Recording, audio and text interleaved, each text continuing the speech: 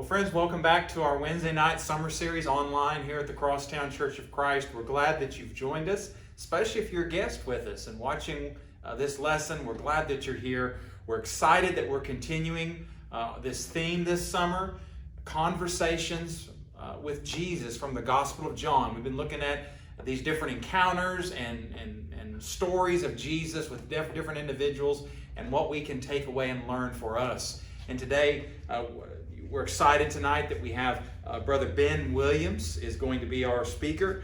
Ben is the senior minister for the Central Church of Christ in Ada, Oklahoma. Ben had previously served for a number of years with the Glenpool congregation here in the Tulsa metro.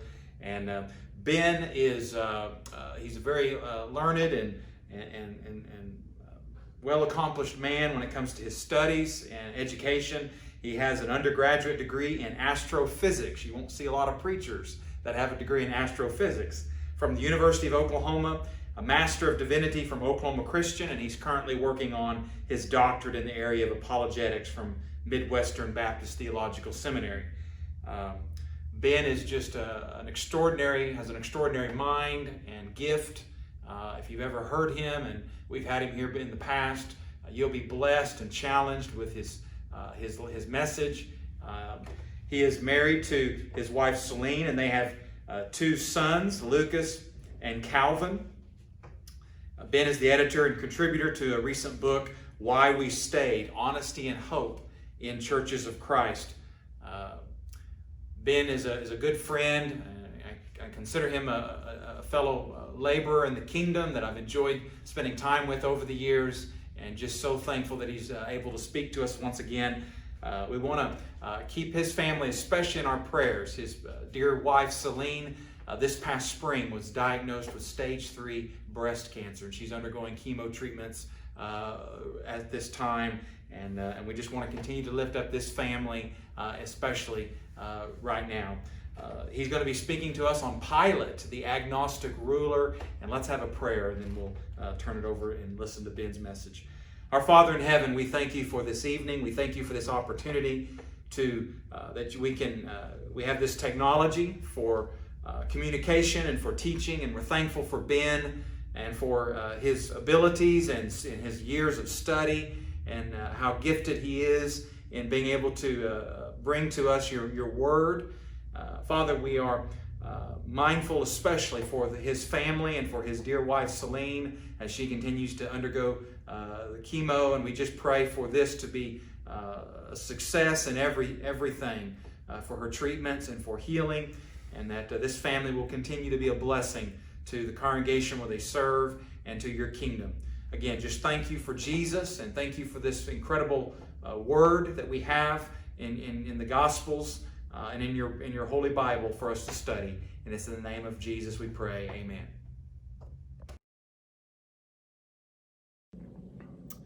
Hi, my name is Benjamin Williams. I'm the senior minister for the Central Church of Christ in Ada, Oklahoma.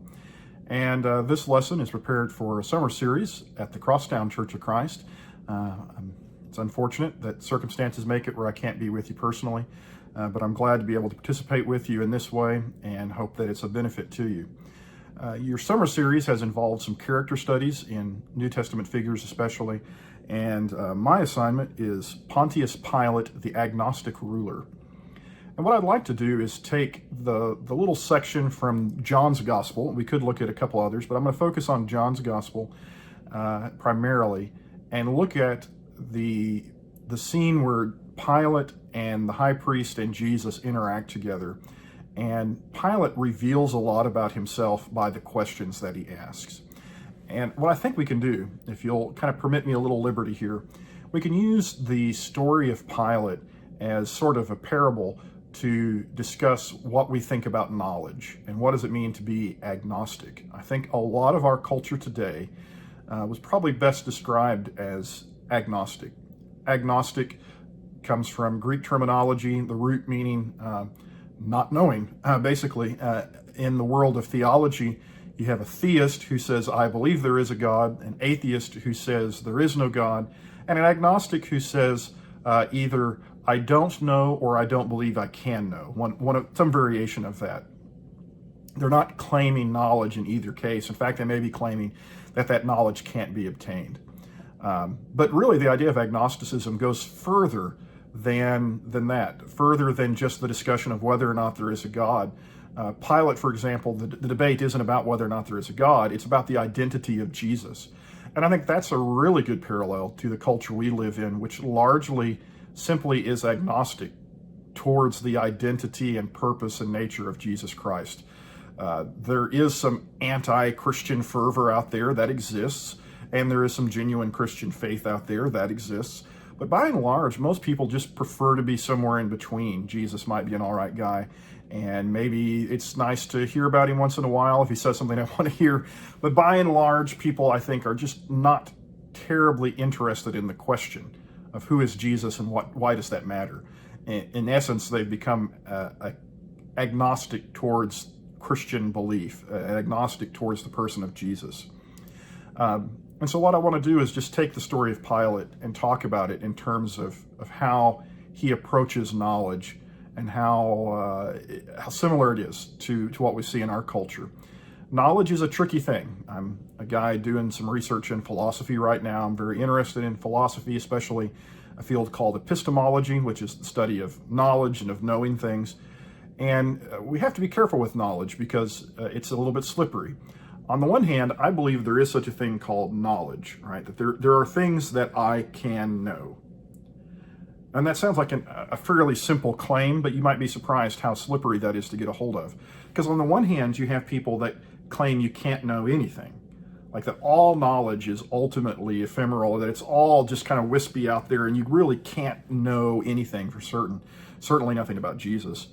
But then there's another crowd that says their knowledge is certain knowledge. And in fact, all the knowledge they have is held in certainty, that everything they believe is an absolute. And so you kind of see the extremes of that. You've got, I can't know anything and I know everything on either side. And what a Christian wants to claim is actually more modest, that there is a thing called knowledge. I don't know everything, but there are some things I can know, and I can know that reasonably, and I'm not irrational for believing those things. And it's really the agnostic point of view that no, you can't know anything that I want to talk about today. I just mentioned the other extreme because it's prevalent as well. So without further introduction, let's take a look at the agnosticism of Pilate, Pontius Pilate, the Roman governor who tries Jesus Christ. And we'll start in John, the 18th chapter, verses 29 through 30. This is after the priests have come to Pilate with Jesus. So Pilate went outside to them and said, "What accusation do you bring against this man?" They answered him, "If this man were not doing evil, we would not have delivered him to you." So usually we focus on kind of the quirky, evasive answer given by the Pharisees, or rather the high priest. I don't know if the Pharisees are involved, but the high priest there, that, hey, if he wasn't guilty, we wouldn't have brought him, which is just, a silly answer. But the first thing I'd point out is that Pilate's question is a pragmatic approach to knowledge, which isn't all bad. Pilate has a job to do, okay? And we need to understand Pilate's job. Pilate is a Roman governor in a foreign land under Roman control. He has one job. Let's stretch it. He has two jobs. Job one, no rebellions against Rome.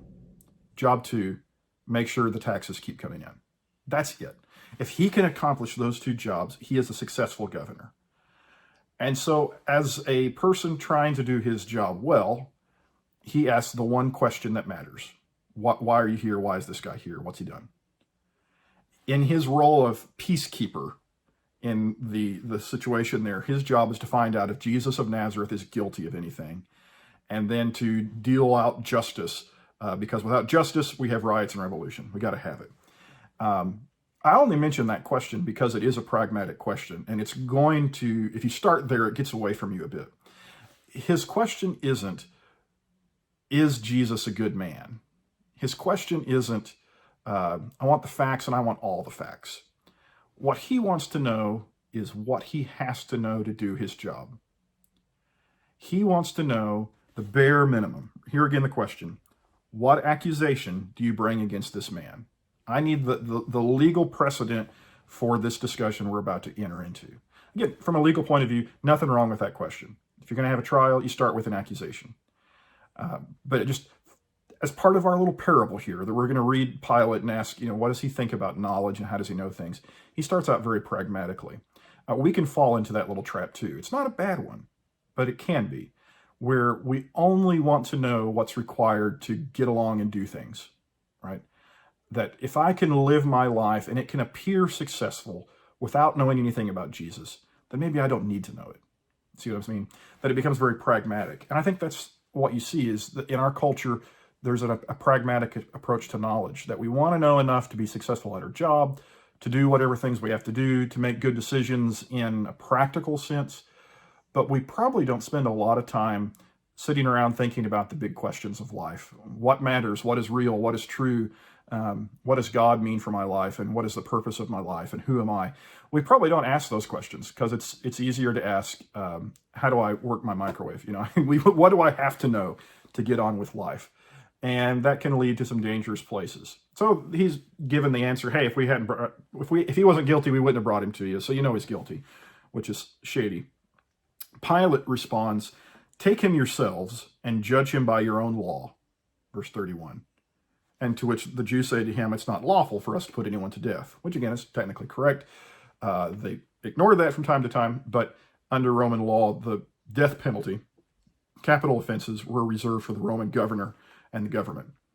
But I'm interested again in Pilate's response, take him yourselves and judge him by your own law. What's he trying to do there? We might call that the evasive approach to knowledge. There is a man accused of a crime. Pilate knows that much. He's either innocent or guilty, which means he should either be punished or he should be defended and vindicated. Pilate would prefer to do neither. We might also call this the lazy approach to knowledge. That, does this have to be my problem? Wouldn't it just be better if you dealt with this yourself? I don't want to get involved. Now, what's wrong with that? Maybe we shouldn't be busybodies who gets into everybody's business. That's true. But folks, there are right and wrongs in the world, and we're not allowed to take a pass on them. Pilate does. With his kind of agnostic approach, he says, I just don't want to know. It's a moral choice. It's not just saying I can't know the answer if he's guilty or not. He's just saying, I'd really rather not know. I'd rather you guys take care of it and I'll stay out of it, and that'll be the end of the story. And I think a lot of us take that approach to Jesus. What do you think about Jesus? Is this my problem? I'm not really religious. Well, it might be. If Jesus is who he says he is, yeah, it is your problem. It does matter for your life. It's a big deal. So making a decision on that is not something we can be neutral about, but Pilate would really like to. He'd like to be evasive. So verse 33 through 34, Pilate entered his quarters again and called Jesus and said to him, are you the king of the Jews? Jesus answered, do you say this of your own accord, or did others say it to you about me? Here again, I love this little exchange because in legal terms, Jesus is sitting squarely on his rights. He doesn't have to self-incriminate. He's not, even whether Jewish law, Roman law, American law, you don't have to self-incriminate. You don't have to say, oh, you're right, I am guilty, you should arrest me, right? That's not how this is supposed to work. But Pilate says, are you a king? But I'm more interested right now in Pilate's question. Are you the king of the Jews? It's a very direct question. You can almost feel again Pilate's disinterest. He only has the two jobs, collect taxes and put down rebellions. If Jesus says, yes, I am the king of the Jews, well then clearly he's a threat to Roman authority, and Pilate's job is to execute him, to put down this potential rebellion. It's really simple. And so what is Pilate asking? We might call this the minimalist approach to knowledge. He wants to know what he has to know and nothing more. He's not asking a really deep probing question, hey, tell me about yourself. He's not asking, here's some witnesses and here's some information I have, what would you say to that? He's just going to point blank ask, give me your plea, guilty or not guilty. And what's even funny, he's kind of setting Jesus up. I mean, you look at Jesus, he doesn't really look like a king. He's setting Jesus up to walk free. All Jesus has to do is say, well, I'm not that kind of king. I'm not the kind of king you're looking for.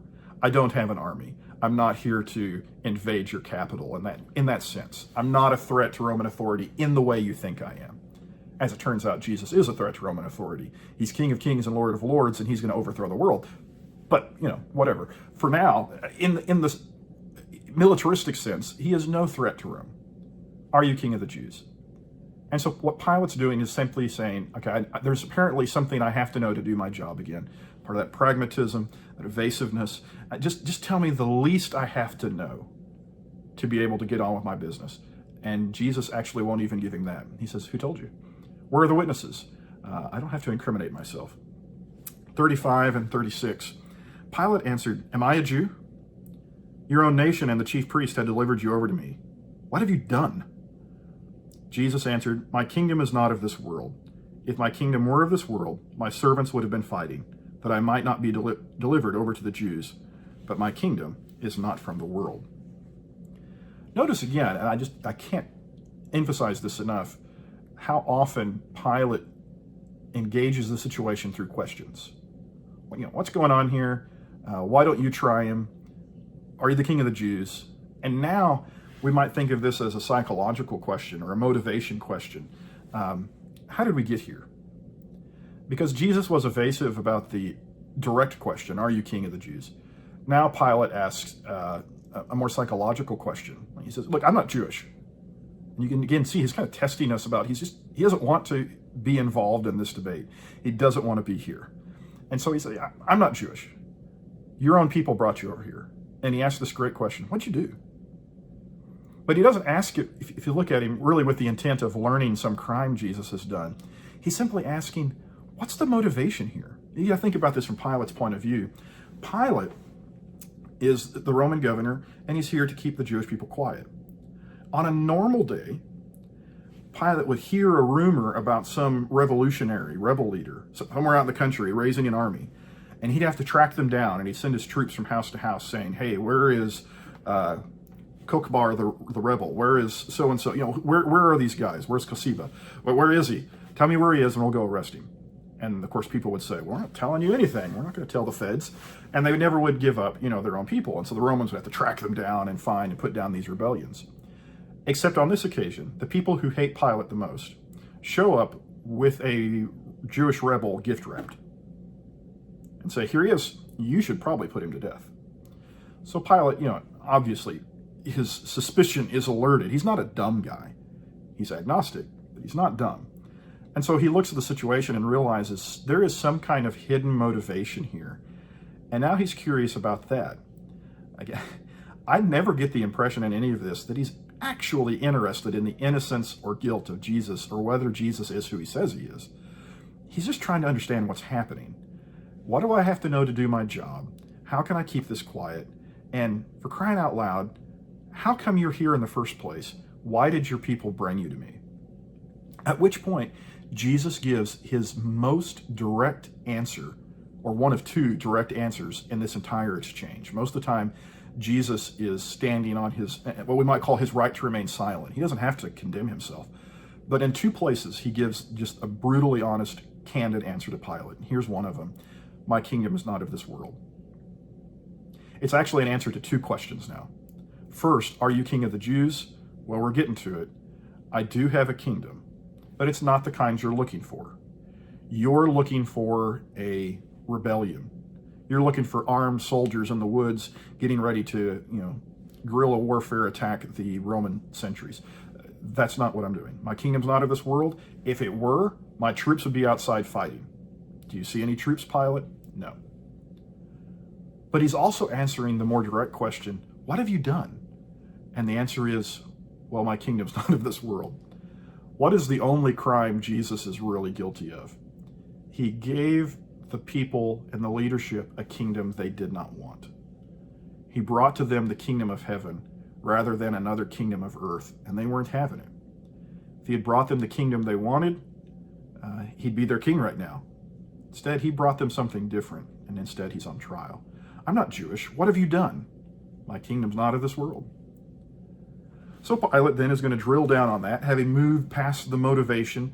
Okay, it seems like something strange is going on. I'm trying to get to understand this a little bit. What have you done? What's going on? What's the politics of this? And then he asks Jesus, so are you a king? You see his insistence, his persistence there? The first question, are you king of the Jews? Next, a political, psychological question. How do we end up here? What's going on? And then third, back to the original question, so are you the king? Because that's all Pilate needs to know. See the problem?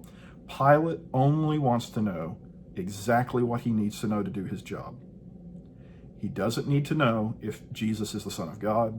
He doesn't need to know if he is working miracles in the countryside.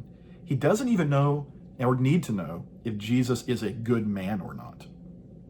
All he needs to know, are you a king? If you say yes, I have to crucify you. And then Jesus does something really wild, which is to say yes, right? So the first time, what have you done? Jesus gives the answer, my kingdom's not of this world. I don't have an army outside. I'm not a military threat to Rome. But then Pilate says, so are you a king? And I think Pilate at this moment is just waiting for a no. Jesus says, no, I'm not a king. And you can go out and say, hey, this guy's not a king. I'm done with him. Instead, Jesus says this, you say that I am a king. For this purpose I was born, and for this purpose I have come into the world, to bear witness to the truth. Everyone who is of the truth listens to my voice. Like, if you're Jesus' attorney right now, you're so angry, because all he has to do is say, not guilty. I'm not leading a rebellion against Rome. Except Jesus is a person, as he says, who bears witness to the truth. Jesus isn't a person who only gives you the truth he has to say, who says the minimum amount of information necessary. Jesus isn't a person who's going to evade the truth or be pragmatic about the truth. He's a person who's going to give you the truth, the whole truth, and nothing but the truth. Are you a king? You bet. I was born to be a king. I'm your king. And that's why we're here. That's the truth. To which Pilate gives his now very famous answer. It's another question. What is truth? At this point, you kind of feel the tension in Pilate and the frustration just kind of come unhinged. We don't know exactly what Pilate meant by that. Does Pilate mean there's a game afoot and I don't know what it is? What's the truth here? Is he asking something philosophical? Is there such a thing as truth? I don't know. But what you get out of that question is that Pilate's really no longer interested in the question of truth. He asks that question, what is truth? And then he walks away. He's not asking, Jesus, would you tell me what truth is? I'm very curious. He's just fed up with the game. He knows something's going on that he doesn't quite understand, and he doesn't really want to know what it is. He'll ask a question or two, but that's about it. Instead, he's going to go back to doing his job because he doesn't need to know if Jesus is the Son of God. He doesn't need to know if Jesus is a good man. He just needs to know what to do with him right now to do his job. He has an agnostic approach to this knowledge, or here we might even call it an evasive approach. A willingness to get as little information as he possibly can. And it's strange then to me, well, it's not strange, it's beautiful, that Jesus finds that moment to unload truth on him. Like, you want truth? Here's the biggest possible truth. Yeah, I'm a king. I was born to be a king.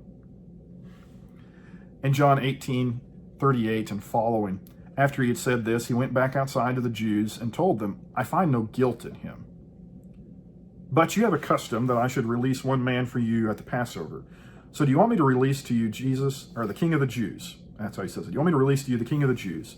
They cried out again, not this man, but Barabbas. Now Barabbas was a robber.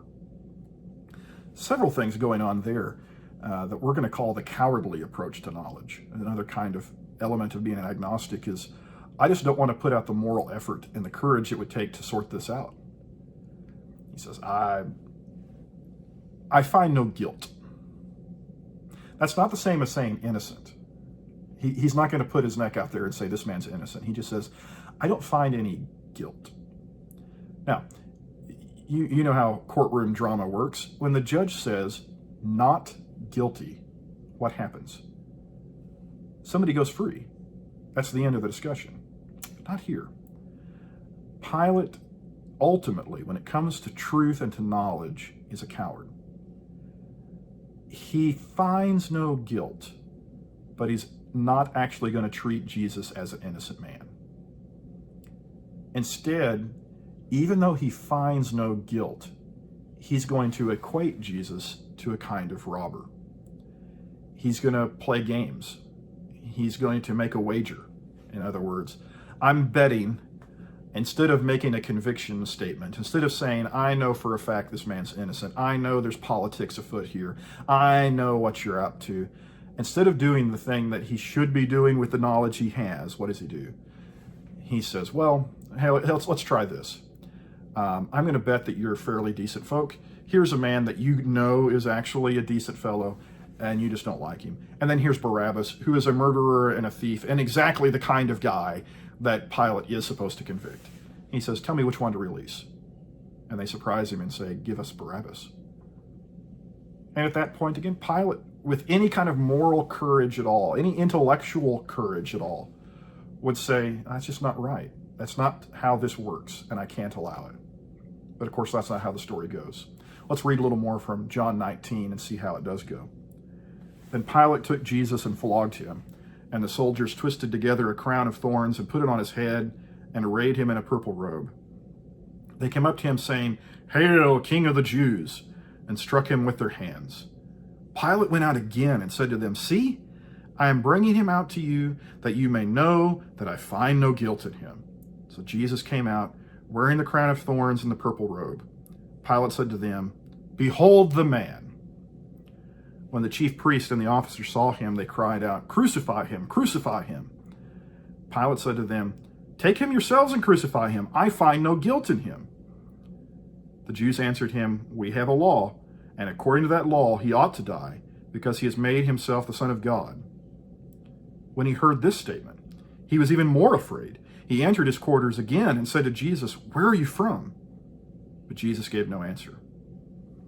So Pilate said to him, Will you not speak to me? Do you not know that I have authority to release you and authority to crucify you? Jesus answered him, You would have no authority over me at all, unless it had been given you from above. Therefore he who delivered me over to you has the greater sin. From then on, Pilate sought to release him. But the Jews cried out, If you release this man, you are not Caesar's friend. Everyone who makes himself a king opposes Caesar. So when Pilate heard these words, he brought Jesus out and sat down on the judgment seat at a place called the Stone Pavement, and in Aramaic Gabbatha. Now it was the day of preparation of the Passover. It was about the 6th hour. And he said to the Jews, Behold your king. They cried out, Away with him, crucify him. Pilate said to them, Shall I crucify your king? The chief priest answered, We have no king but Caesar. So he delivered him over to be crucified. We might call this the desperate approach to knowledge.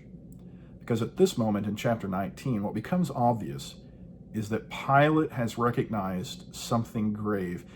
After trying really hard not to know, he now knows and doesn't want to be responsible for it. He knows Jesus is innocent. How do I know that? He says it 3 times. He proclaims his innocence. But he doesn't want the burden of that knowledge.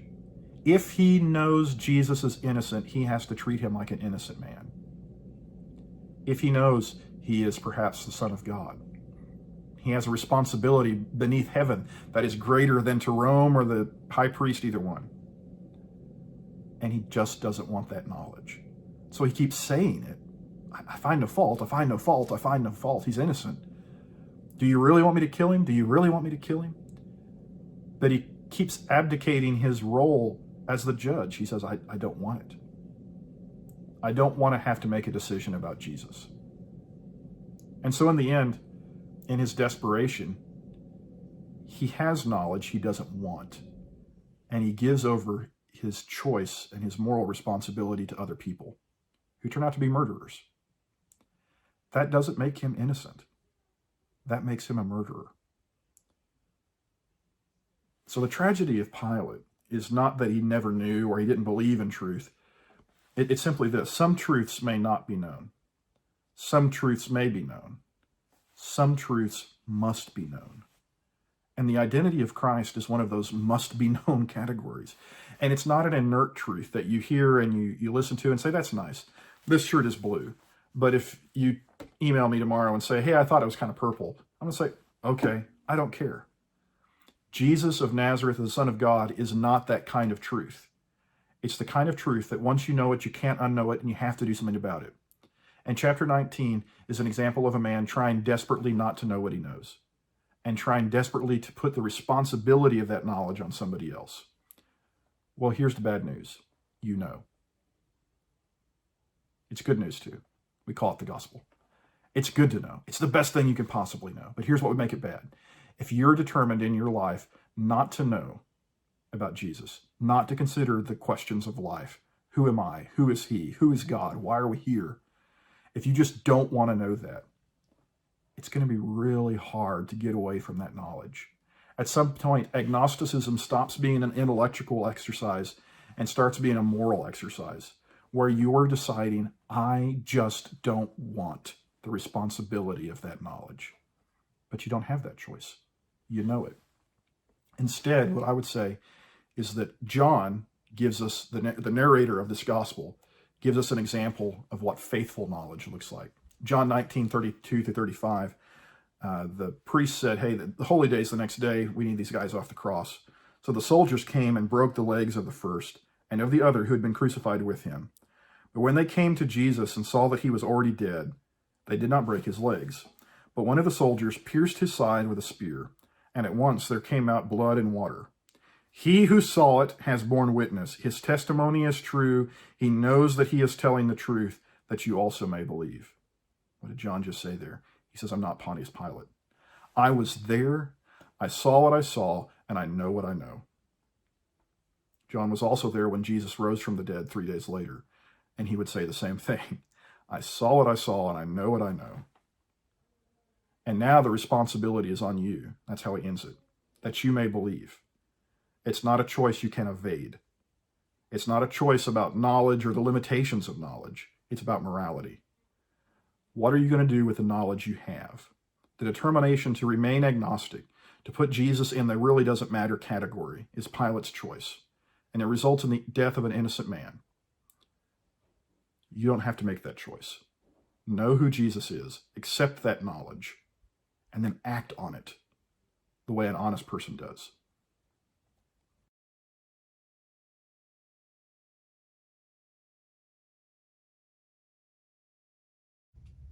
Well, I told you would not be disappointed. Thank you, Ben, for that incredible lesson, encouraging us, challenging us, informing us to think about, as we live in a world with skepticism and those who question, how we can go forward with the gospel and conversations. And so thank you, Ben, for that message, encouraging us. We want to encourage you to continue to join us on Sunday mornings. We have worship in person here at the building at 9 a.m., but also we live stream that at 9 a.m. We also have adult Bible class that is live streamed around 10:15 a.m. Hope that you'll be a part of that and join us next Wednesday night, where we'll have another guest speaker, Matt Dabbs, who is the preaching minister in the Lord's Church in Auburn, Alabama. And so that we're going to be bringing in Matt and having a special message that I think you'll enjoy. We hope we'll see you then next Wednesday night.